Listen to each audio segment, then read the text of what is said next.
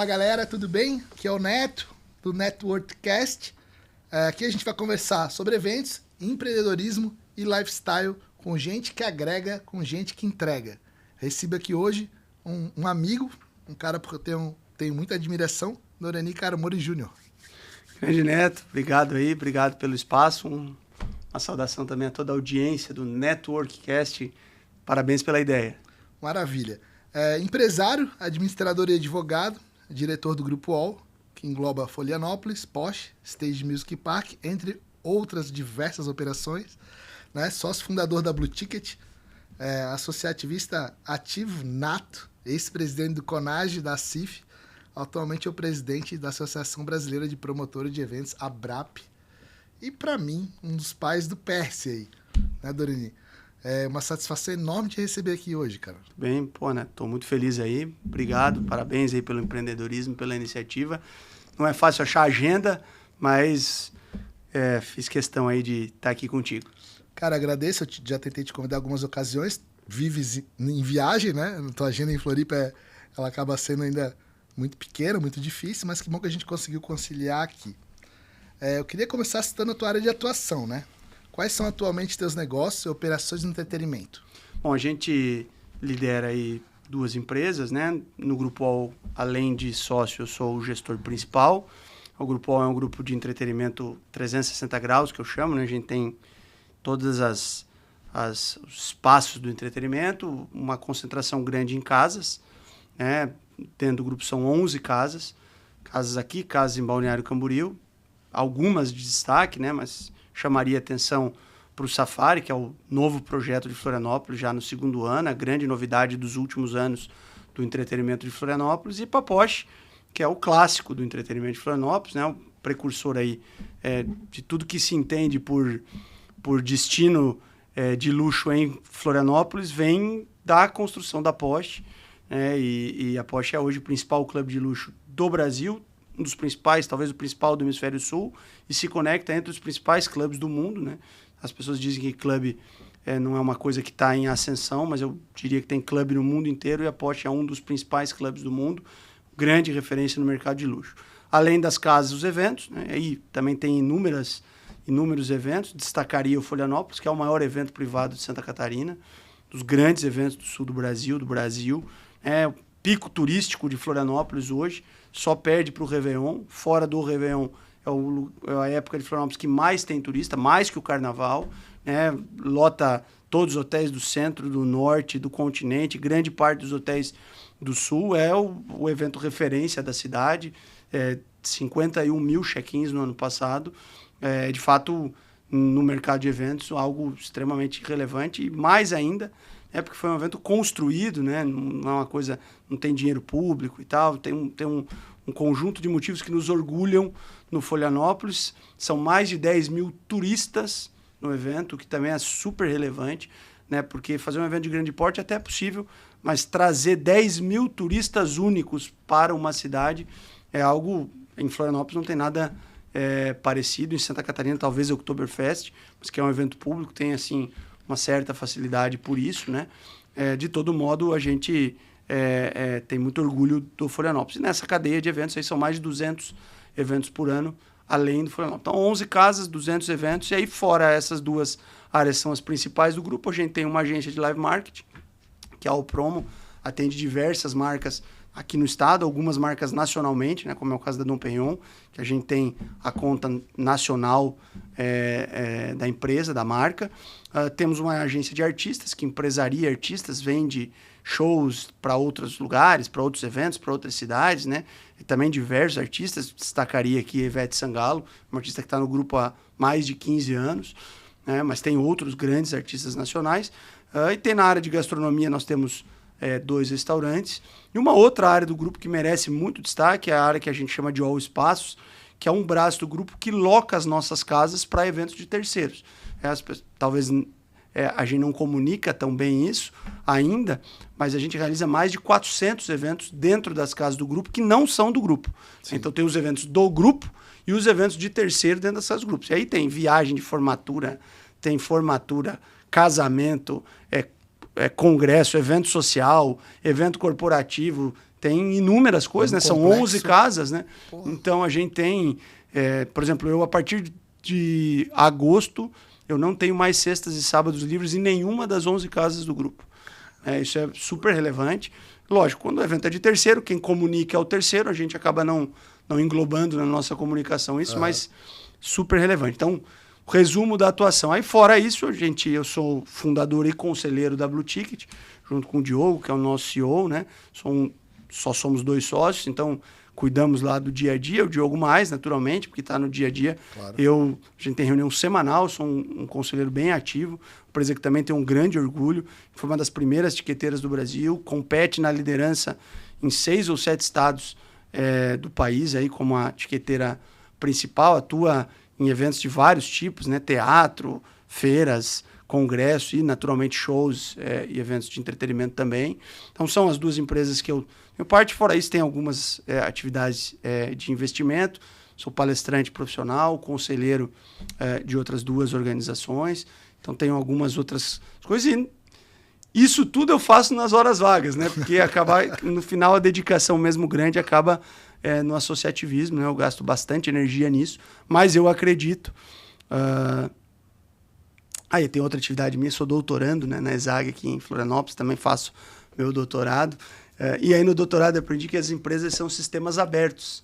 E como sistemas abertos, tudo que a gente faz fora também repercute dentro. Eu acredito no associativismo desde os 19 anos, portanto há 27 anos atrás, entrei no associativismo e acredito nisso. Eu acho que boa parte do crescimento meu como profissional e das minhas empresas veio do associativismo. E atualmente, né, lidero a associação do nosso setor. Com orgulho, tive a oportunidade de liderar a nossa associação no período mais difícil da história desse setor, sem dúvida, né, que foi a pandemia, porque paralisou as atividades.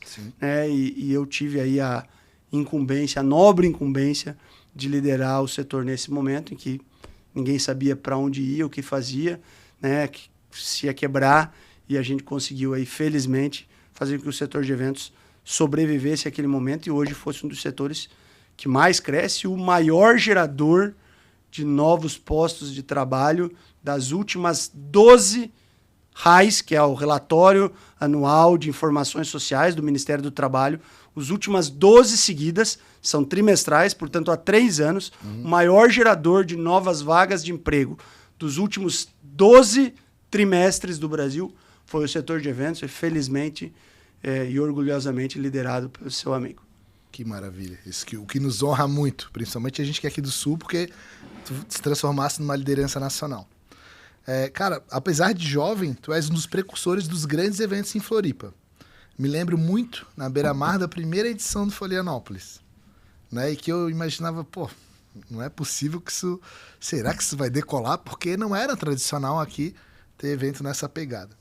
O que te fez enxergar esse potencial lá atrás? Como é que lá atrás tu falou, puta, cara, aqui tem sim público e eu vou conseguir botar isso de pé?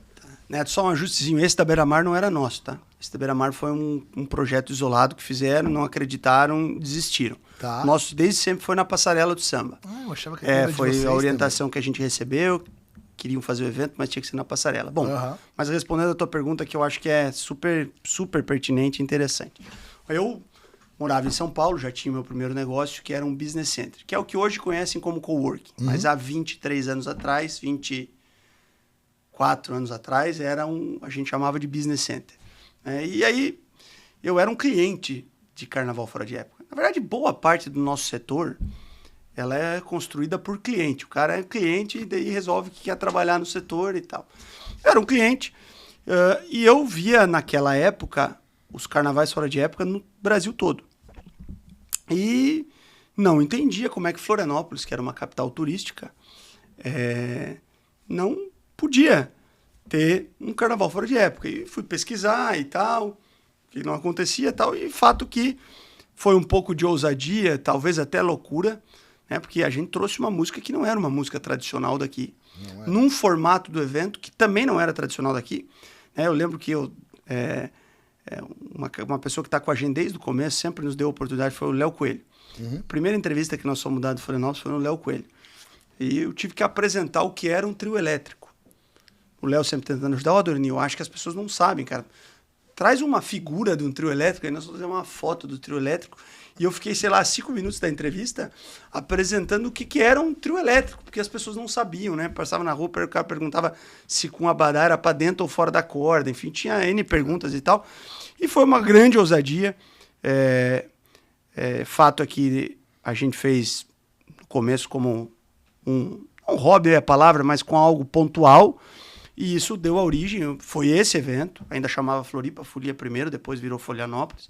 Foi esse evento que nos abriu a cabeça, né, para o mercado de entretenimento. A gente reconheceu uma série de oportunidades, né, a gente achava e hoje tem certeza que Florianópolis estava muito abaixo do seu potencial, considerando o mercado de entretenimento em nível nacional. Hoje já somos um player entre os principais destinos do entretenimento do Brasil. E aí a gente apostou, primeiro foi Florianópolis, o segundo evento da empresa foi o Interplay, que agora está indo para o seu renascimento na Serra Catarinense, que também é uma outra coisa super legal. A gente está levando o Interplay, que foi um evento que foi precursor de Jurerê Internacional, está levando para a Serra Catarinense. A gente acredita que vai ser precursor do crescimento da Serra Catarinense, que é um super destino, mas ainda muito virgem, pouquíssimo explorado. Sim. No entretenimento, zero, né? Mas ainda no restante, no mercado imobiliário, ainda tem muito por explorar. Então, a gente acredita que o Interplay vai fazer pela Serra Catarinense exatamente o que fez para o Jurerê Internacional. Mas voltando à pergunta, como qualquer empreendimento, no caso do Florianópolis não foi diferente, ousadia e perseverança, né? E, naturalmente, dentro da perseverança tem muito trabalho, muito suor, muitas noites sem dormir, muita gente que não acreditou. Eu lembro, né? Existia aqui em Santa Catarina, o principal grupo de comunicação era a RBS. Agora mudou de nome e tal. Eu fui visitar a RBS para apresentar meu projeto. O diretor, que inclusive era meu amigo e é meu amigo, disse: Dorine, você tá louco, cara? Esquece isso aqui, cara. Isso aqui não vai dar certo, cara. Isso aqui não vai dar certo em Florianópolis. Na época, o maior evento privado de Florianópolis era o Planeta Atlântico. Sim. Hoje é o Florianópolis. Sim, que louco. Você vê como é que, às vezes, as boas ideias elas não são claras para todo mundo.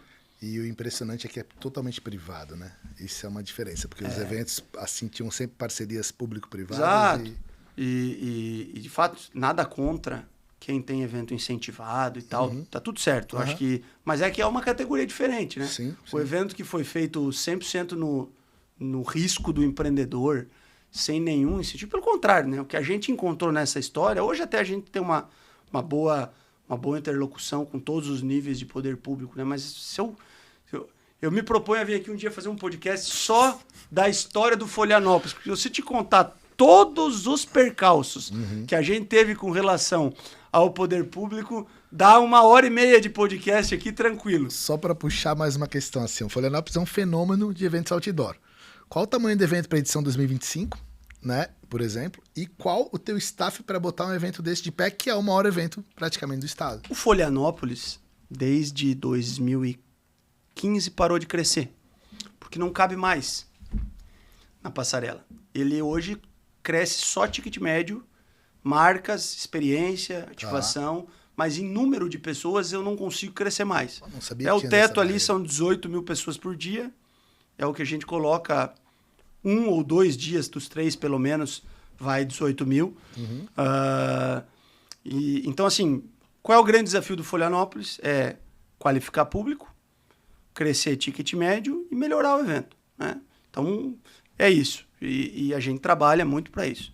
Florianópolis, entre pessoas que trabalham diretamente contratados por nós ou indiretamente através dos prestadores de serviço, montador de LED, de palco, de som e de luz, são 2.000 trabalhadores. Caramba. São 2.000 oportunidades de trabalho, direta ou indiretamente, durante os 3 dias. E fora isso, tem todo o período. Né? Florianópolis é um evento de 7 dias, né? Que as pessoas não lembram que a entrega do abadá é um evento. Se eu entregar 10 mil kits, tem lá, durante 7 dias, 2.500, 3.000 pessoas. A gente faz shows na entrega de abadá, né? Já foi em alguns lugares, atualmente está sendo no aeroporto, que, aliás, né, um espaço espetacular. Esse ano a tendência é ser lá de novo. Sensacional, né? Vários dias a gente faz show, 10 mil turistas.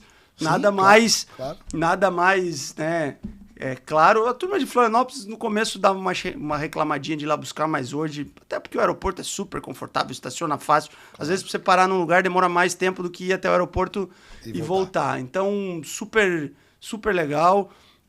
E é isso, o Florianópolis tem esse desafio aí, se considerar esse período todo, né? Tem gente que já trabalha durante os 7 dias e eu tenho hoje, só para o Florianópolis, uma equipe de mais de 20 pessoas o ano todo. Sim. É um evento que está na mesma prateleira dos grandes eventos do Brasil e ele, assim, precisa se posicionar, né? Só para fechar o Florianópolis, qual o principal segredo do sucesso do Florianópolis, na tua opinião? Perseverança. Mais até do que ousadia. Na verdade, não é que é mais do que ousadia. É que lá atrás, ousadia e perseverança tinham o mesmo peso. Acho que hoje a perseverança, a ousadia a fase da ousadia já passou e agora nós estamos muito na fase da perseverança. Você imagina que reinventar, que o Florianópolis... Hoje o desafio do Florianópolis é não fazer uma edição igual a outra. A gente tematizou, cada edição tem uma outra cara, uma outra ambientação. Esse é um evento de 20 anos. Quantos eventos no Brasil tem 20 anos? Sim. Aí, provavelmente o nosso telespectador vai pensar pela cabeça e vai dizer, o Rock in Rio tem, mas a cada 2 anos pula um, né? Pula um, cada 2, um não faz. Sim. Então tem tempo de reciclar. Aí teve o período que ficou sem fazer. Se somar o número de edições do Rock in Rio, não tem as 20 edições. Quantos eventos acontecem ano após ano que continuam se mantendo em alto nível, dando sold out e etc e tal. Esse é o grande desafio. E aí, cada ano, a gente se desdobra para inventar uma coisa diferente, uma ativação diferente, um tema diferente, uma experiência diferente, né? Interessante essa questão da recorrência, porque gera oportunidade, renda e os fornecedores do evento acabam sempre também contando com aquilo. E uma outra coisa, exato, o Florianópolis hoje, ele não é um grande evento. O Florianópolis hoje é uma data no calendário de Florianópolis. Se você chamar aqui hoteleiros e perguntar assim, quais são os teus períodos de alta, ele vai dizer, quando eu faço meu orçamento no ano, eu sei que eu vou encher no Réveillon e no Florianópolis. Uhum. Caramba. No verão, os do centro já tem dúvida. Sim. Os do norte não tem dúvida. Sim. E o Florianópolis é isso. Então, hoje, o Florianópolis não é mais nosso. O Florianópolis é da cidade. Da cidade. Muita gente faz seu faturamento ano pensando no Florianópolis. Sem como uma dizer, mola. Dorani, lembrando aqui, todo esse business de Airbnb, de pessoas que estão faturando que vocês nem tá na conta. Né? Não, pega para motorista de aplicativo e tal, né? Você tem inúmeras pessoas. E o Florianópolis, ele tem uma grande vantagem também. Porque a pessoa não vem aqui e gasta só no evento. Durante o dia, as escunas estão lotadas. Os empreendimentos de entretenimento diurno estão lotados. Eu sei porque eu também tenho. Tem gente que vai no Florianópolis, vai no Safari. Sim. Outros vão no concorrente. Sim, outros vão no shopping. Claro. Outros vão... Né, quer dizer, não é que a pessoa vem aqui, entra no Florianópolis e sai do Florianópolis como um congresso e fica o dia inteiro no mesmo lugar. Sim. Não. Lá tu espalhas o dia todo, né? Distribui renda para todos os lados. Além dos bastidores das suas produções, que te renderam até um prêmio Personalidade do Ano, prêmio Caio, o que também fiquei bastante surpreso e feliz, né, porque é representação nacional. Tu ainda atua em entidade do setor e é o presidente da Abrap. Qual seria a maior reivindicação da classe hoje? Cara, a gente tem algumas, né? Também dá um podcast só sobre isso, mas vou tentar ser mais... Né? Primeira a gente ainda está saindo da pandemia. Né? Todo mundo fala que faz tempo. Para um setor econômico ficar 2 anos sem trabalhar, a gente ainda tem muito... Então, ainda existem medidas de mitigação do impacto da pandemia. Acho que é uma linha de atuação importante. Uhum. Pois a gente tem uma segunda linha de atuação bastante relevante que envolve a questão das gratuidades. O nosso setor é alvo da maior injustiça histórica que se comete com o setor econômico do Brasil. O único benefício de política pública que é dado para alguém e não é reembolsado, mas tem um programa eleitoral gratuito, é reembolsado. Mas tem a tarifa do ônibus, é incluído na tarifa dos demais passageiros. A meia entrada é um negócio, e hoje já não é mais meia entrada, é gratuidade. Existem só no Congresso Federal mais de 88 PLs tramitando para concessão de gratuidade ou meia entrada para alguém. Caramba. Além dos que já existem. Aí tem mais as câmaras estaduais e as assembleias estaduais e as câmaras municipais.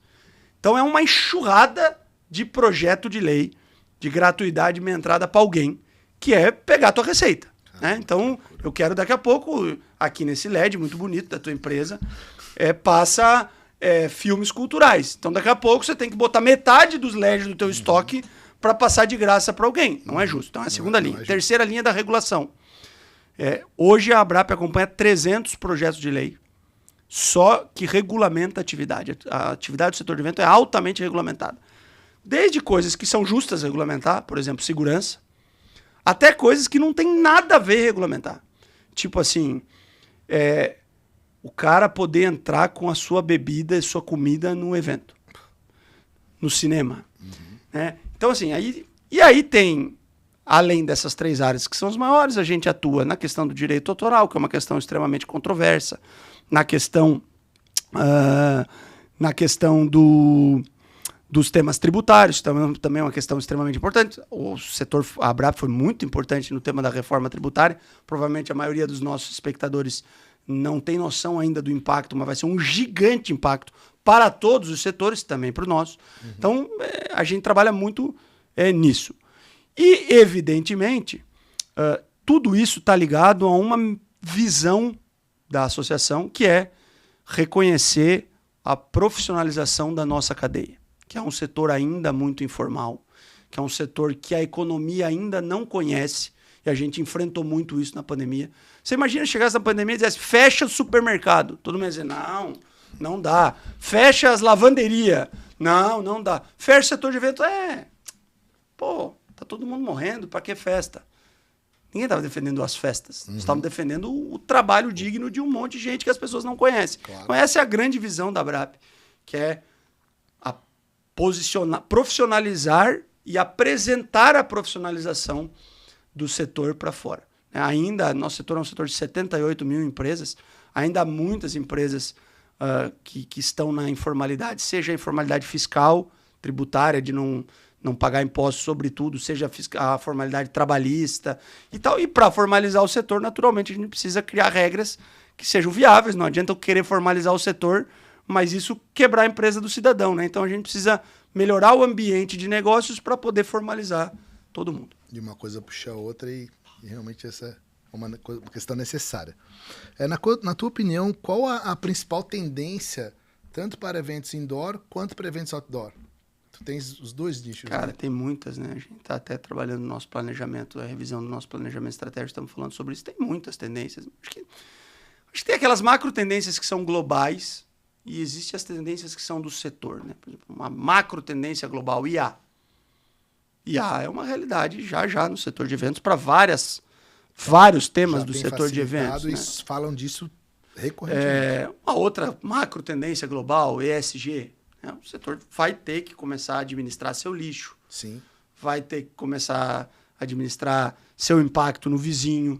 Né? Isso é sustentabilidade. O setor só é sustentável se ele conseguir operar e não prejudicar ninguém. Então, isso também é uma macro.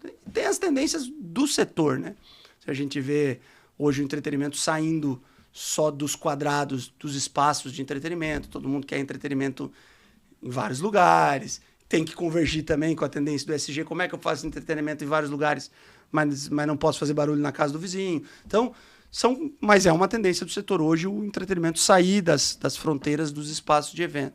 Aí tem o aumento da experiência. Eu acho que a experiência é uma tendência super positiva para o nosso setor, que é o nosso setor ser uma ferramenta de construção de marca. Né? Cada vez mais as pessoas estão tirando investimento de mídias tradicionais e colocando investimento em mídias não tradicionais como evento, né? Porque uma coisa é você fazer um anúncio que passa lá 30 minutos, ou quando você está passando de carro num outdoor, você vê lá durante um tempo. Agora, numa festa, você fica 8 horas, eventualmente, conversando com uma marca. No caso do Interplay, Sim. tu fica 4 dias conversando com uma marca, né? Quanto isso não vale na construção de um novo produto? Sim. Que você precisa explicar as funcionalidades, Sim. que você precisa explicar como ele é bom e tal. Então, acho que tem um pack aí de coisas que são tendências. Como eu disse, como nós estamos em etapa de revisão do nosso plurianual lá do planejamento plurianual do grupo, a gente está estudando as tendências. Daria mais um podcast aqui para a gente ficar falando. Nesse gancho do Interplay que tu falou agora, qual que é a expectativa de público para a Serra? Vocês já tinham feito em Gramado, né, Doranice? Não, mas o Gramado a gente tinha que fazer uma festa da Porsche. Tá.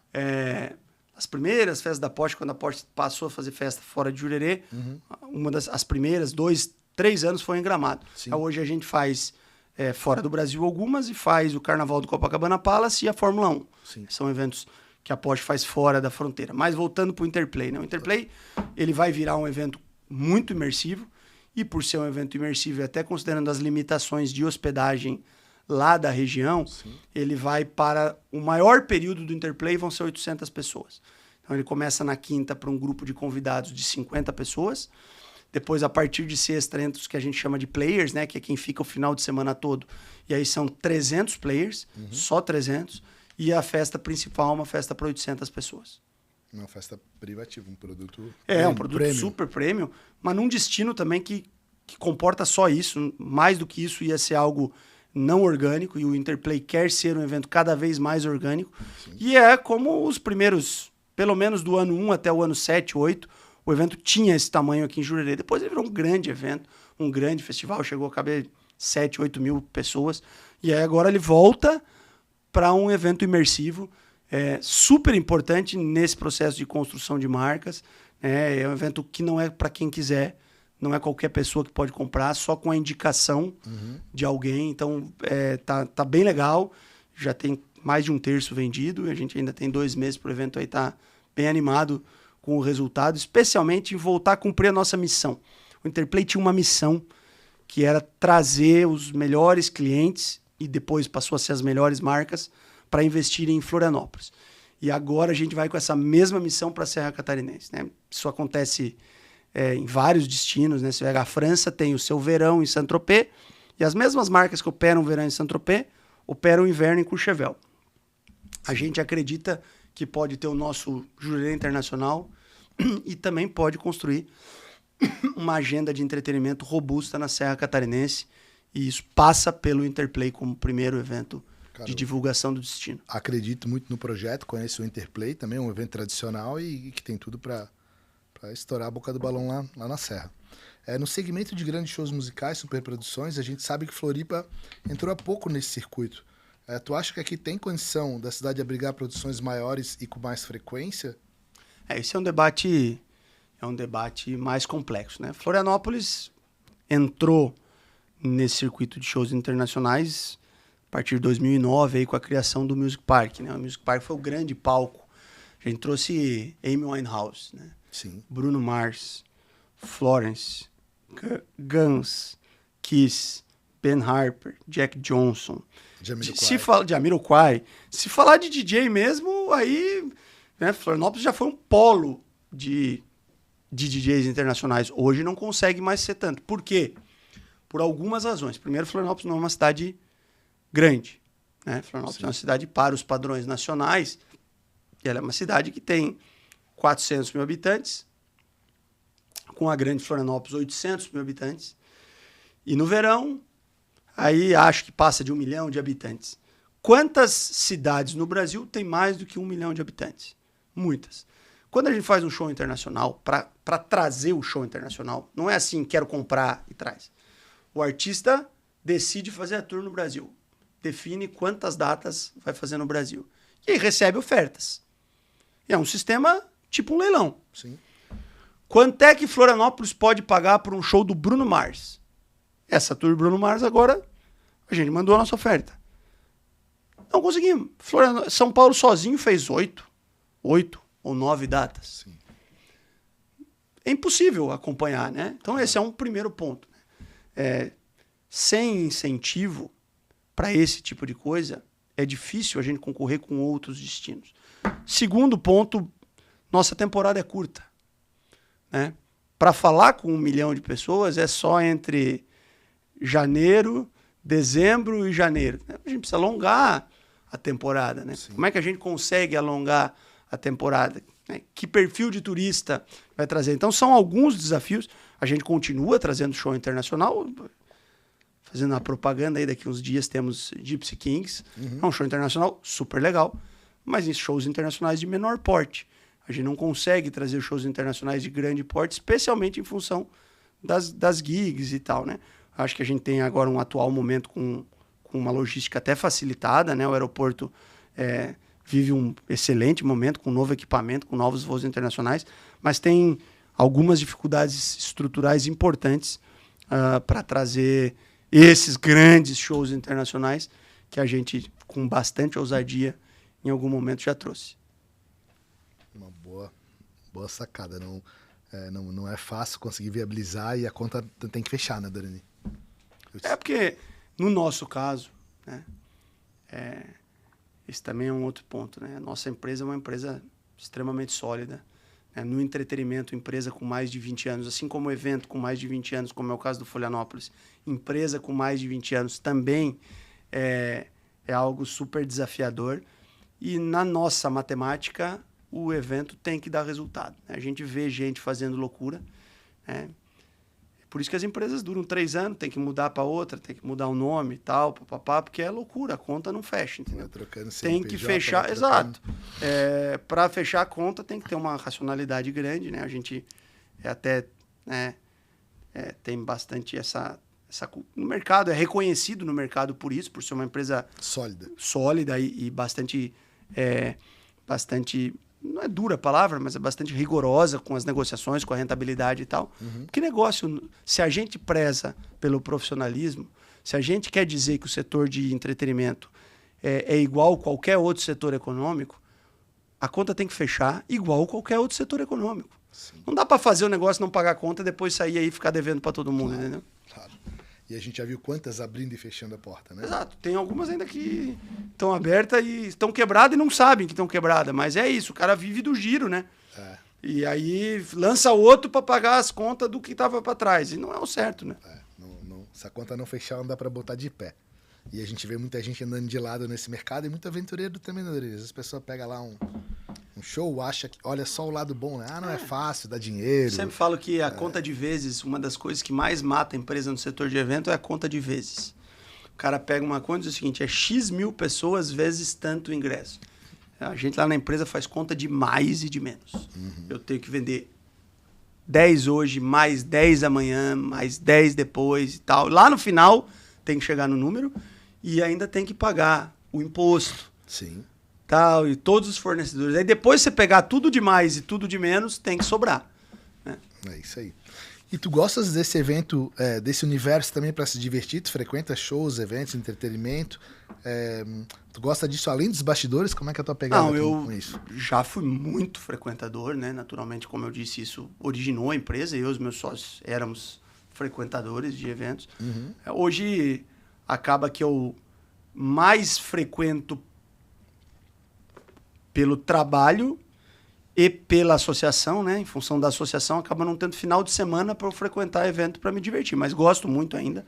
Só que se tu somar tudo que eu tenho que ir da empresa para trabalhar, são mais de 800 eventos ano. Mas tudo que eu tenho que ir pela associação para prestigiar um associado, sim, e etc, sim, um artista que está lançando um negócio novo, se eu somar uma coisa com a outra, já sobra poucos dias. Mas evento é uma cachaça. Quem gosta, gosta sempre, né? E acaba querendo estar presente. Eu coincidentemente, eu fui no show do Bruno Mars, vi o tamanho da estrutura e não me lembrava que tinha... Sim, nós temos aqui Bruno Mars e Florence da Machine no mesmo dia. Pô, sensacional. Referência, todos os shows que tu citou aqui. E mais uma montoeira que me vem à cabeça aqui. É impressionante o tamanho, a pujança. Ele ficou uma semana em Florianópolis. É mesmo. O outro show dele era no final de semana depois ou no antes. Ele ficou vários dias em Jurerê, passeou e tal. Não era o Bruno Mars do tamanho que é hoje, né? Uhum. Foi super legal. Impressionante. Cara, observando assim, acompanhando a tua vida, essa correria toda, como é que tu concilia todas essas atividades com a tua vida pessoal? A tua rotina tem algum segredo para alinhar esses compromissos todos? Porque são empresariais, associativistas. É impressionante a tua... Eu acho que assim... Tem algumas coisas. Eu acho que a primeira delas é que eu sou uma pessoa organizada. Assim. Organizada nos horários, organizada... Então, sabe, eu tenho algumas coisas que domingo eu fico com a minha família. Posso até ter que trabalhar em casa, mas todo domingo eu fico com a minha família. Isso tem um valor a minha segunda-feira não é igual se eu não faço isso domingo. Então, eu tento preservar. Muito provavelmente, em alguns momentos lá, eu trabalho no próprio domingo em casa. Claro. Mas é em casa. Então, eu organizo, crio rotinas, tenho reunião com os gestores aqui da empresa, né? Hoje eu tenho uma grande equipe de gestores. Se não fossem eles, naturalmente, o Grupo OL não seria o que é. Tenho uma reunião semanal, todas as semanas, no horário certo e tal. Se eu estiver na China, essa reunião é preservada. Eu marco a agenda para outros horários, preservo a reunião. Então, acabo me organizando, né? E aí é isso. Até esse final de semana eu estava comentando, né? Meu último ano eu fiz doutorado, PERSE, reforma tributária pela ABRAP, 2 empresas, né? Enfim, mas eu acho que bem organizado e tal. E eu também acho que isso é uma vitamina para mim. Se eu não tivesse isso, eu acho que se eu tirasse uma atividade, talvez eu operaria pior nas outras e não melhor. Uhum. Porque eu acho que o fato de eu também me organizar, regrar tempo e tal, faz com que as minhas reuniões sejam mais produtivas, que as minhas agendas sejam mais produtivas e por aí vai. Acho que esse é um dos, que eu diria, não segredos, assim, mas é uma das coisas que fazem com que eu consiga ter multi-atividades. A outra delas é ser uma pessoa que delega bem também. Eu acho que consigo construir bons times, tanto nas entidades profissionais, né, nas empresas profissionais, como nas entidades voluntárias. Tenho boas pessoas que me ajudam aí a acompanhar. Sei aquilo que eu faço bem, também sei aquilo que eu não sou a melhor pessoa, delego, né? Uhum. E aí as coisas vão andando não só na minha mão, né? O time dentro do Grupo OL diretamente ligado a ti é grande? Eu lidero 8 unidades de negócio e lidero 6 departamentos. Então eu tenho no Grupo OL 14 gestores, mais a governança para cima de mim, que são os sócios, né? Conselho e tal. Sim. Lá no Grupo OL diretamente são 14 gestores. Impressionante. Impressionante a capacidade de gerenciar. A ABRAP, muito trabalho? A ABRAP também é uma entidade extremamente complexa, porque a gente foi dando ritmo nela, né? Hoje a ABRAP são 15 regionais, 15 estados, mais 4 verticais, que são setores, né? Vertical fornecedores, vertical formaturas, as verticais. E pela ABRAP eu participo de inúmeros conselhos, né? Conselho Nacional do Turismo, alguns conselhos. Sim. Algumas alianças de associações, né? Grupo das entidades de eventos, grupo das entidades de turismo e tal. E ainda tem um restante de dedicação associativa, né? Ajudo ainda muito a associação comercial, sou conselheiro vitalício da CONAGE também e tal. Então tenho aí no associativismo algumas atividades. É que muitos contam contigo, né, Dorani, pela tua capacidade de ser produtivo, né? De fazer a diferença e conseguir fazer com que as coisas fluam. Me impressiona a tua capacidade de equilibrar os pratos aí, né? São várias frentes diferentes. Eu sei que ainda posso ser melhor, né? Mas não é fácil realmente conduzir todas as frentes. Mas eu tô a cada dia aí, eu acho que todo mundo tenta, né? Mas eu tenho esse exercício de dormir e acordar tentando ser melhor no dia seguinte, fazer melhor, estar mais presente onde preciso, delegar mais onde eu consigo, criar métodos, né? Para acompanhamento, KPIs, OKRs e tal, onde eu consigo fazer isso. Desenvolver equipe. Aliás, o Grupo OL está num processo muito legal de desenvolvimento de equipes. A gente está com 2 iniciativas que assim, falo de boca cheia com bastante orgulho das iniciativas do Departamento de Gestão de Pessoas do grupo. A gente construiu uma academia de líderes para formação de liderança e a turma de líderes já está na 3ª turma, mas principalmente esse ano nós estamos promovendo o desenvolvimento de analistas em líderes. Então eles passam por uma programação com 12 encontros mensais, com uma consultoria especializada para formação de liderança. E esse ano, pela primeira vez, a gente construiu um programa de trainee no Grupo OL. Então, para absorver mão de obra pela primeira vez. Então, são universitários que vão ficar 1 ano no grupo girando por 4 áreas, cada universitário girando por 4 áreas para virarem os nossos próximos profissionais. Então, tem universitário de administração, de comunicação social, de alguns cursos. A gente fez um grande programa. Foram 78 inscritos. No final, a gente contratou 10. 10 pessoas que entram na empresa para fazer um processo de trainee, para virar profissional do grupo. É muito legal isso, a gente é muito orgulhoso disso. É uma área que eu me preocupo muito. Eu acho que para eu poder fazer mais coisa, Sim. que eu sou, né, o topo da cadeia lá da Sim. empresa, eu preciso promover os meus gestores Claro. para o meu lugar, e eu preciso promover os analistas para o lugar dos meus gestores, e eu preciso ter gente nova entrando, oxigenando a empresa. Então, nós estamos num trabalho grande de desenvolvimento de pessoas mesmo. Eu acredito muito nisso. Eu acho que a gente não constrói uma empresa. A gente constrói uma equipe que constrói uma empresa. E eu acho que isso é uma das coisas assim, super relevantes da forma como eu penso. E eu tenho convicção que o nosso grupo será muito mais forte de 5 a 10 anos pela revolução na área de pessoas que a gente está promovendo lá dentro. E talvez uma das maiores dificuldades que tenhamos como empreendedores do mercado de eventos é a mão de obra, né, Dorani? Tanto pela disposição, quanto pela sazonalidade. Sim. E especialmente, voltando no ponto que eu já trouxe antes aqui, porque muitas pessoas não reconhecem o setor como uma oportunidade de carreira. Acham que é bico, né? Então, exato. O cara acha que é uma coisa pontual. Sim. E não é mais. Né? Sim. O setor já é um setor extremamente profissional. Por isso que a gente está construindo profissionais pré-contratação. Sim. Para quando chegar lá no momento da contratação, a gente já tem gente pronta para puxar. Né? E também trabalhando nas universidades para mostrar as oportunidades do setor de eventos. Acho que a Abrap tem um papel importante nisso também, que é mostrar que o setor não é um setor para subemprego, não, é um setor Sim. para emprego, para grandes executivos. Já existe no Brasil organizações gigantes do setor de eventos que a gente Sim. precisa mostrar, precisa ensinar, precisa demonstrar, para que os jovens que estão lá se formando na universidade, ele não queira ser só executivo de banco. Ele não queira só ser executivo de tecnologia, que hoje em Florianópolis já é um setor extremamente reconhecido, ou outrora não foi, mas hoje já é. Sim. Ele tem que querer se formar para ser executivo do mercado de eventos. Perfeito. Eu quero ser executivo do mercado de eventos. E isso também é um papel nosso, de ir até lá na universidade e contar essa história. Cara, perfeito esse raciocínio, porque nessa dificuldade que existe, eu acho que é sensacional tu poder mostrar oportunidades e que pode ser bem remunerado e que pode ter uma carreira sólida e que não vai ser um bico, né? Que é o que era pensado até pouco tempo atrás, era esse o pensamento que se tinha. Na pandemia foi um momento extremamente difícil, né? E muita gente também ficou um pouco inseguro com relação à profissão na Dorani. Acho que isso impactou bastante. Imagino que tenha sentido muito isso. Perdemos muita gente. Eu sempre falo isso, né? Hoje as pessoas não lembram disso. Nós chegamos a ter um ponto da pandemia onde a gente tinha entre 30% das empresas quebradas e sabiam que estavam quebradas. Mais 30% que estava quebrada e não sabia que estava quebrada.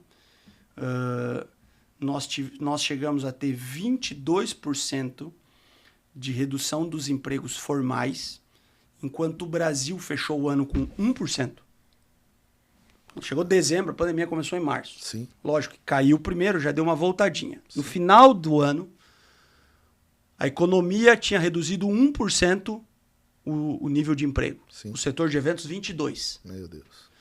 22 vezes maior do que a pandemia. Parece que hoje, né, para quem nos vê aqui, nos ouve, tá vendo o setor cheio, tudo normal e tal.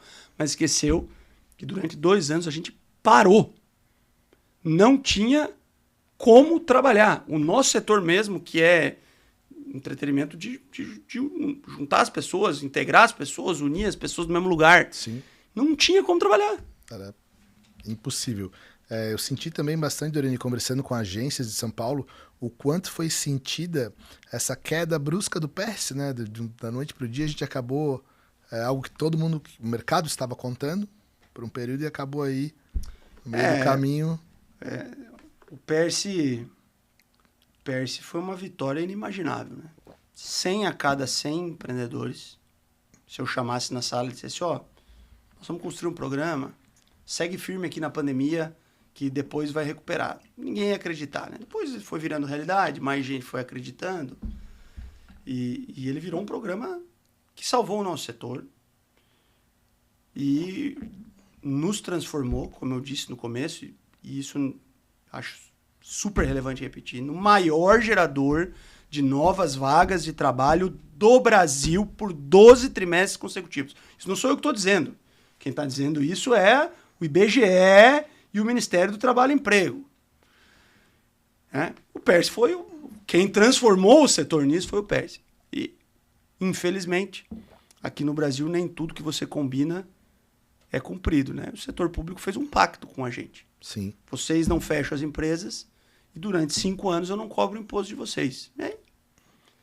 Trocou o governo, quem entrou disse que não estava lá na mesa na hora do pacto, tentou acabar uma vez já em 2022. Dezembro. Não acabou. Depois mais outra vez em 2023, não acabou. E aí construiu esse teto que o acompanhamento a gente não está conseguindo fazer. A gente acha que ainda tem espaço para o programa, mas unilateralmente, sem passar pelo parlamento, encerrou. É óbvio que a gente sente muito por isso. É óbvio que nós estamos lutando aqui para apurar se os números são de fato foram de fato utilizados, mas também, né, entre nós, né, não dá para a gente deixar de reconhecer que foram 3 anos especiais para o nosso setor. Sim. Foi um programa que atendeu super bem o nosso setor. Vai ter impacto, sem dúvida, ao fim, mas para dentro de casa a gente tem que comemorar por tudo que a gente conseguiu durante esses 3 anos. Para fora é tentar fazer com que quem combinou cumpra o que combinou, né? E a gente vai lutar por isso, mas não sem comemorar os 3 anos que foram anos super importantes. Nosso setor foi o único setor que construiu um programa na pandemia.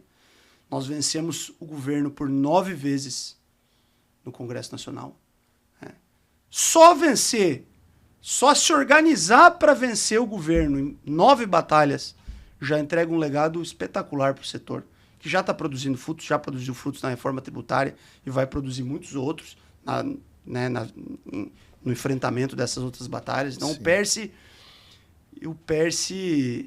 é infinito. Porque mesmo que o benefício fiscal do PERSE tenha diminuído, as empresas que ficaram vivas, os empregos que foram mantidos, a capacidade de articulação e de mobilização do setor que foi criada, isso aí não vai acabar. Não, a geração de renda e oportunidade que teve e a sobrevida de empresas durante o PERSE foi algo impensável. Isso é para sempre. Porque mesmo que a desoneração fiscal acabe, Sim. a tua empresa que sobreviveu e ficou forte, a minha empresa e as mais de... a informação que a gente tem é que chegaram a usar o PERSE 35 mil empresas em algum dos momentos. Sim. Essas empresas, elas não vão morrer. Não. Essas empresas, se o cara não morreu na pandemia, ele não vai morrer. E essas empresas são para sempre. E os empregos que não morreram são para sempre. E a capacidade do setor de entender que ele pode enfrentar, que ele não precisa ser objeto de uma política pública que tira 50% da receita dele, que ele pode enfrentar, que ele pode se organizar e ir para Brasília, isso é para sempre. Então, eu tenho dito aí que o PERSE é eterno. Acabou um dos pilares do PERSE, mas o PERSE continuará nas nossas vidas aí para sempre. Eu acho que nesse quesito a BRAP quebrou paradigmas, Sem né? dúvida. Eu te confesso que, como estava citando ali, o combinado não sai caro. Por exemplo, empresas como a minha, onde eu já tinha contratos fechados para até 2027, prevendo aquela isenção, acabam sendo prejudicados. Porque como é que eu vou voltar para o contratante e dizer, vamos renegociar aqui, porque eu estava contando com o PERSE, não tem mais. Mas eu acho que foi sensacional poder contar com isso durante aquele período, fez toda a diferença e foi uma das questões que nos mantiveram motivados, né, a trabalhar, a fazer a nossa parte e também compartilhando com a equipe, né? Olha, estamos de pé aqui por uma questão aí buscada pela BRAP que... A gente ainda vai ver nos dados econômicos, né? Ainda está com pouco tempo, o impacto que o PERSE teve para o Brasil, não só para o setor de eventos. Tenho certeza absoluta que isso ainda vai ser possível ver pelos dados macroeconômicos. Hoje, a lente ainda está muito focada, mas quando desfocar e enxergar a curva histórica, o PERSE vai ter sido responsável por muita coisa. Mas, repito, o PERSE nos ensinou a ser um setor que constrói política pública. E nós vamos ainda construir outras políticas públicas, né? Os voluntários que lá estão, que vão me suceder na BRAP e tal, esse conhecimento não vai morrer. Tenho certeza que o nosso setor sairá mais forte, mesmo do fim do PERSE. E nós construiremos políticas públicas importantes e interessantes para manter a competitividade do setor. Muito bom, Dorani. A gente está quase se encaminhando aqui para o final do nosso bate-papo, que tá passando voando aqui, porque são muitos assuntos. Eu queria saber quando tu não tá trabalhando, o que tu faz nos teus momentos de lazer, assim? Qual a importância de ter esses momentos para ti no Eu faço algumas desempenho? coisas, né? Eu jogo xadrez, jogo pôquer, pratico exercício físico. A pandemia me deu isso de presente também, eu emagreci 20 quilos. A pandemia me deu diversos presentes. Esse foi um. Entrar na academia, voltar para a academia, né? Mestrado e doutorado, foi outro presente da pandemia. Porque se não tivesse a pandemia, eu não tinha tempo para ir para aula, né? Sim. E aí voltei. Então, assim, eu faço estudo, né? Por causa do doutorado e tal. Claro. Mas, assim, hobby número 1, viajar. Se eu puder escolher, assim, para qualquer lugar. Sim. Porque eu acho que todos os lugares têm seus encantos. Tem meus destinos preferidos, naturalmente. Mas viajar é o número 1 do tempo livre. Se eu puder viajar, se eu puder fazer alguma coisa, eu vou viajar. Mas todas essas outras coisas são coisas que eu gosto muito. Xadrez, o pôquer, o exercício físico, ler um bom livro, estudar e tal.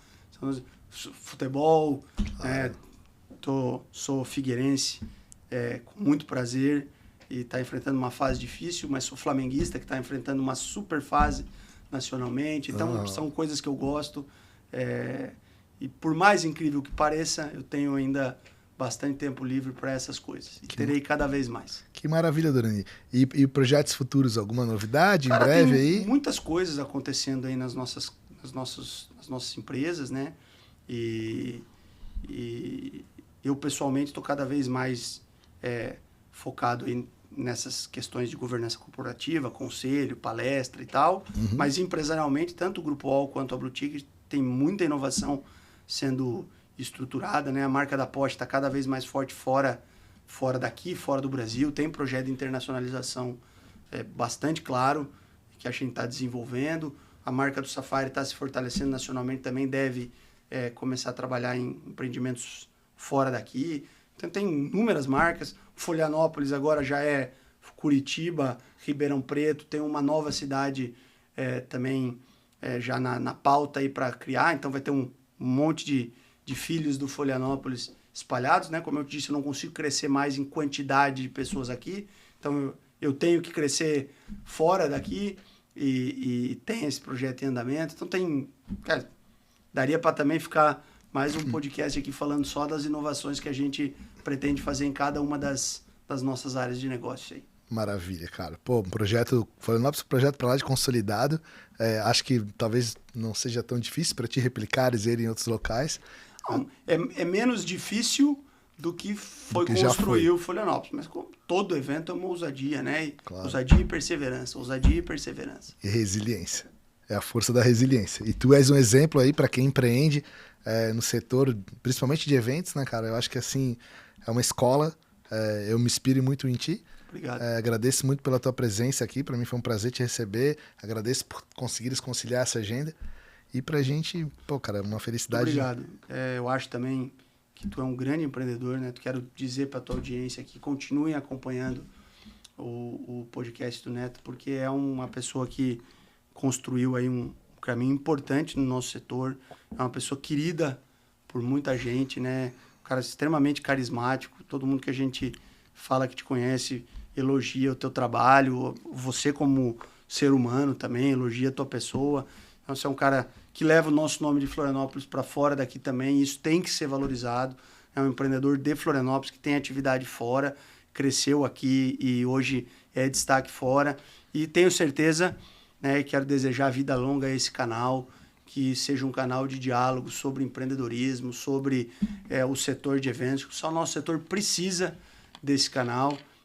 E eu tenho certeza que cada vez mais a audiência vai aumentar e vai te recompensar com um pouco dessa energia positiva aí que você tem. Muito obrigado mesmo. Vida longa aqui ao Network Cast. Excelente nome aí, criativo. Sempre às ordens, amigo, quando quiser nos convocar de novo, estou à disposição. Maravilha. Muito obrigado. Esse foi mais um Network Cast aqui com essa figura ilustre, Dorani Caro Mori Júnior, mais do que um amigo, um empreendedor de sucesso, um exemplo. E é isso aí. Vamos em frente, tá bom? Obrigadão. Valeu, querido. Tamo junto aí.